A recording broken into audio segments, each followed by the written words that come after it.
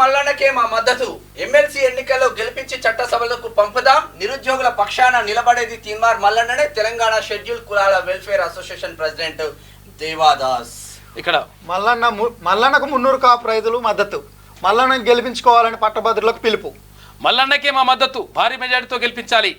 RTI, human rights, labour society పిలుపు.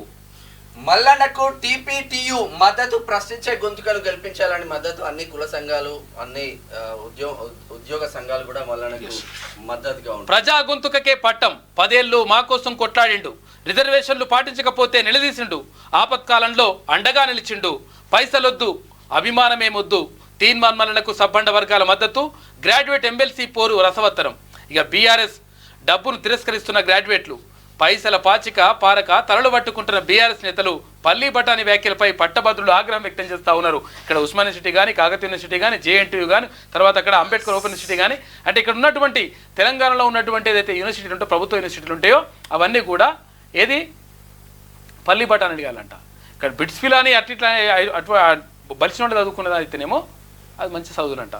ఇటువంటి మాటలు చేసిండు, మాట్లాడిండు అక్కడ కేటీఆర్. కాబట్టి ఆ కేటీఆర్ అహంకారాన్ని దించాలంటే 100% ఇక్కడ ఉన్నటువంటి ఉస్మానియా యూనివర్సిటీ కానీ, కాకతీయ యూనివర్సిటీ కానీ, ఇక్కడ ఏది మహాత్మా గాంధీ యూనివర్సిటీ కానీ, అన్ని యూనివర్సిటీలకు సంబంధించినటువంటి విద్యార్థులారా, తర్వాత మేధావులారా ఒక్కసారి ఆలోచించి తీన్మార్ మల్లన్న కోటేయండి. ఒక సర్వే మాత్రం సంచలనం సృష్టిస్తుందని చెప్పుకోవచ్చు. మల్లన్నదే గెలుపు. తీన్మార్ మల్లన్నకు దక్కనున్న భారీ మెజార్టీ. 60% ఓట్లు మల్లన్నకే. రాకేష్ రెడ్డికి 21%, ప్రేమేందర్ రెడ్డికి 12%. Politics political strategies private limited IVRS opinion సర్వేలో వెల్లడి వార్ వన్ సైడ్ గా ఉన్నది.